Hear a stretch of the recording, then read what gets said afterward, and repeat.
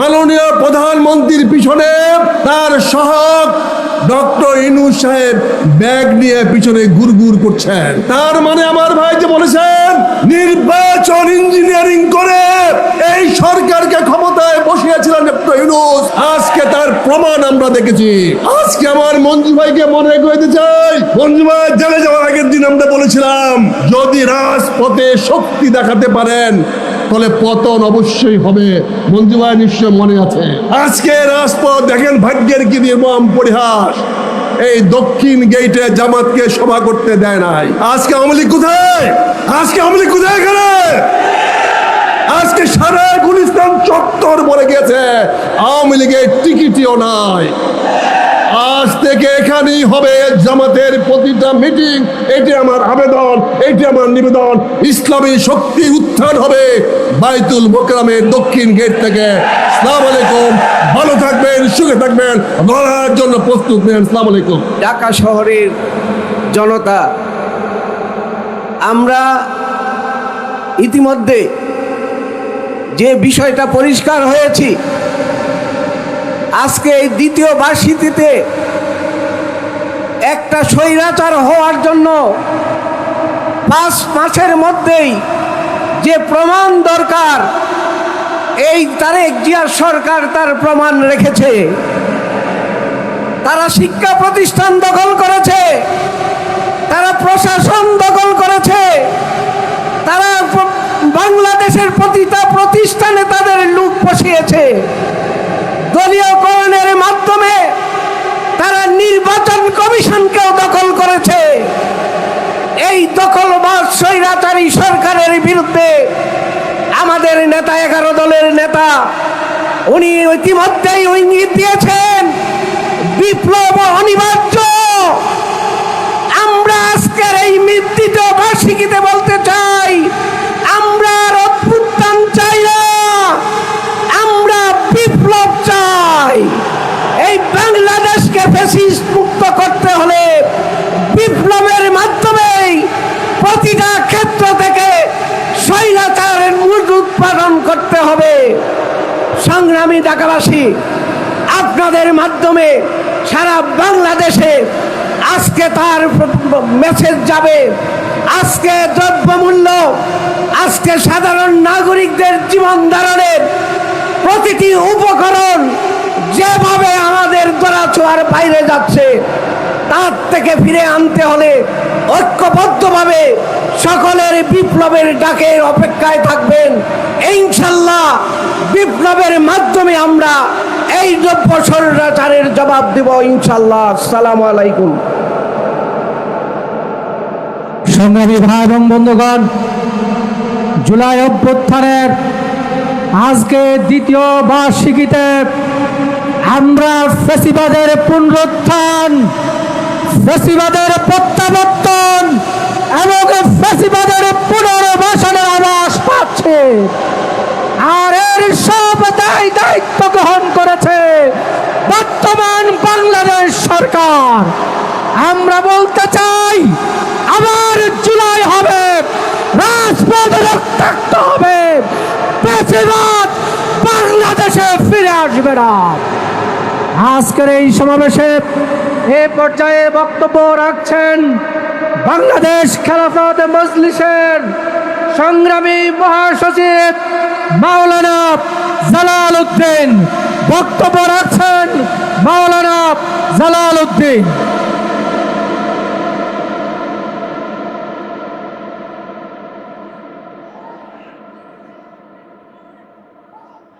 আসসালামু আলাইকুম ওয়া রাহমাতুল্লাহি ওয়া বারাকাতুহু।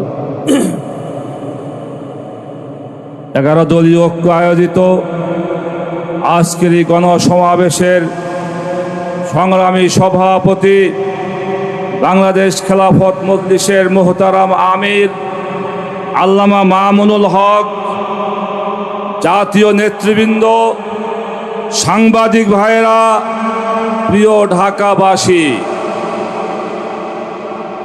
গতকালকে আমরা দেখলাম আমাদের প্রধানমন্ত্রী তারেক রহমান সাহেবের সোনার ছেলেরা বিভিন্ন ইউনিভার্সিটি সহ বিভিন্ন এলাকায় তারা কালকে বড় মস্তানি করেছে।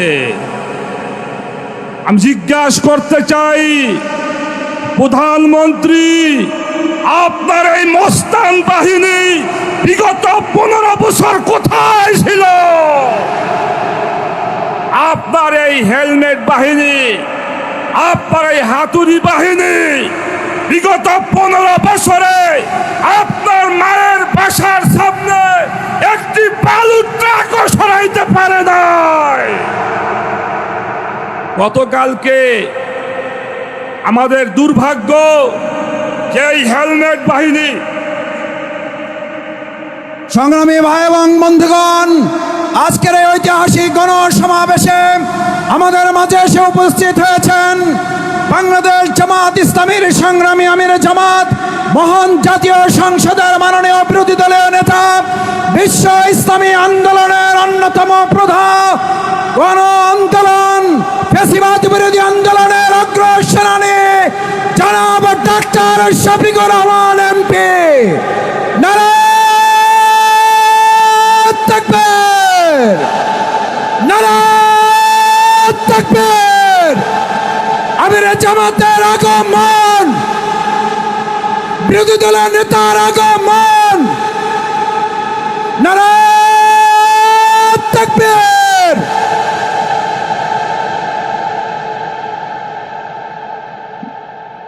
মাননীয় প্রধানমন্ত্রী, আপনি যদি আপনার মস্তান বাহিনী দিয়ে বিরোধী দল ও মতকে দমন করতে চান, আজকে পরিষ্কার বলছি, আমরা আপনাদেরকে রাজপথে মোকাবেলা করব ইনশাআল্লাহ। বিন্দুমাত্র ছাড় দেওয়া হবে না। দ্বিতীয় কথা হলো, এই সরকার গণভোটের রায় কার্যকর করবে না। কারণ যদি গণভোটের রায় কার্যকর হয়, বর্তমান সরকার দুর্নীতি করতে পারবে না, বর্তমান সরকার চাঁদাবাজি করতে পারবে না, বর্তমান সরকার প্রশাসনের দলীয়করণ করতে পারবে না।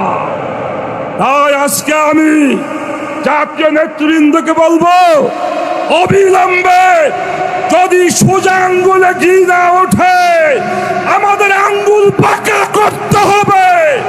অবশ্যই এই সরকারের মাধ্যমে গণভোটের রায় কার্যকর করতে হবে ইনশাআল্লাহ। সবাইকে ধন্যবাদ জানিয়ে আমার বক্তব্য শেষ করছি। সংগ্রামী ভাই এবং বন্ধুগণ, জুলাই গণ অভ্যুত্থানের দ্বিতীয় বার্ষিকী উদযাপন উপলক্ষে আজকের এই ঐতিহাসিক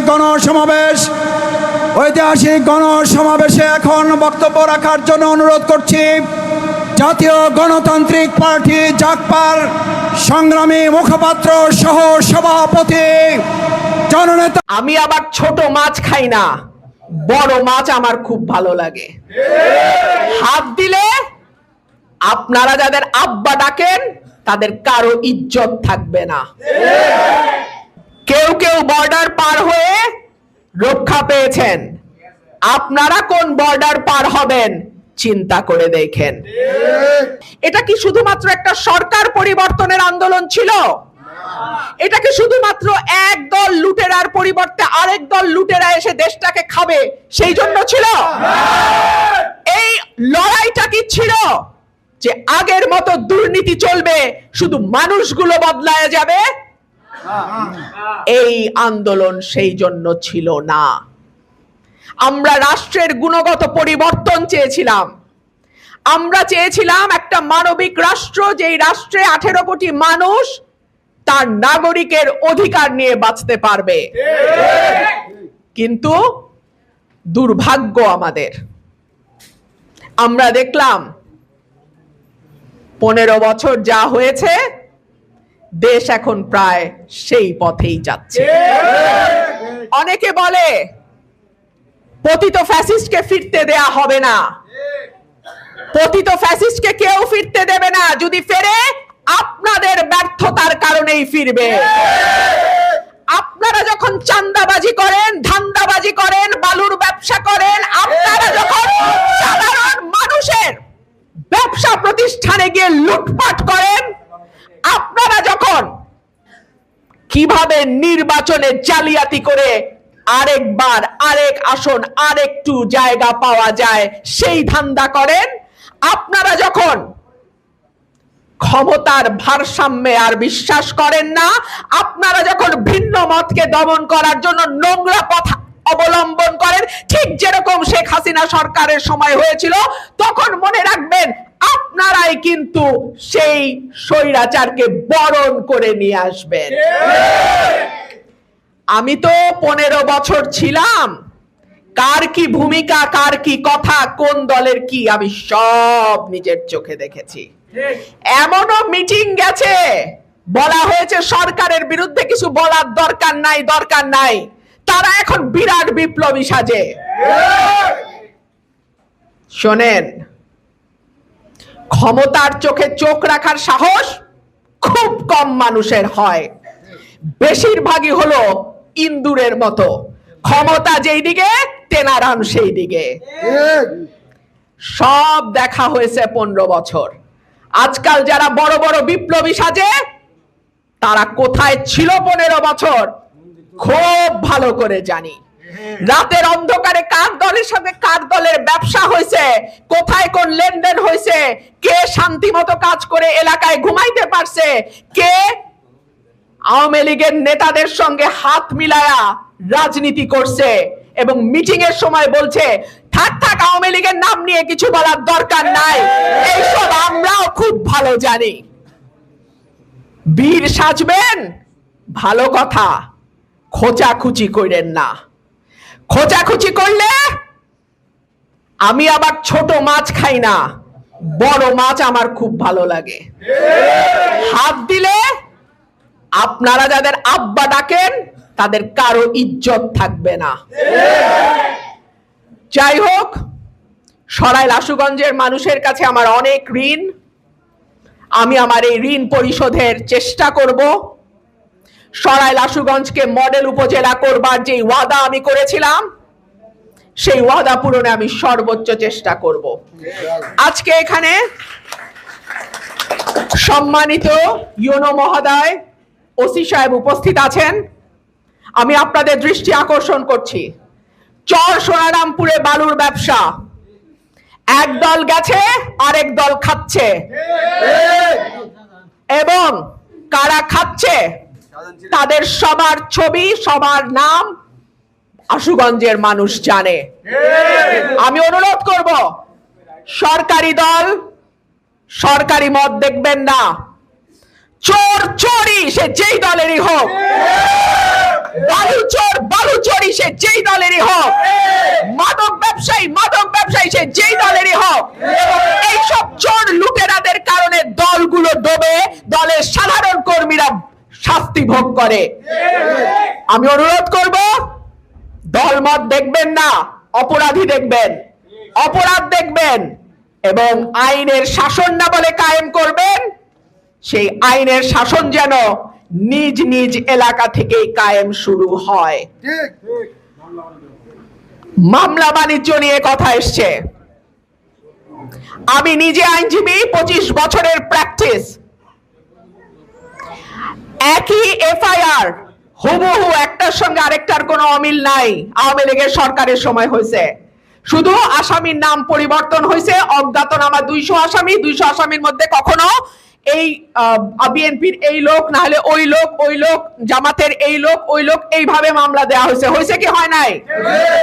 সেই ধারা কেন 5ই আগস্টের পরেও জারি থাকবে? আমরা না পরিবর্তনের ওয়াদা করেছিলাম? আমরা না আইনের শাসন কায়েম করার কথা বলেছিলাম? আমরা না ন্যায় বিচার নিশ্চিতের কথা বলেছিলাম? তাহলে এখনো কেন এই মামলা বাণিজ্য জারি থাকে? এখনো কেন জামিনের পরে শোন আরেস্ট দিয়ে জেলখানার গেট থেকে আসামি ধরে নেওয়া হয়? আমি সবাইকে বলবো, 5ই আগস্ট সবার জন্যই শিক্ষা।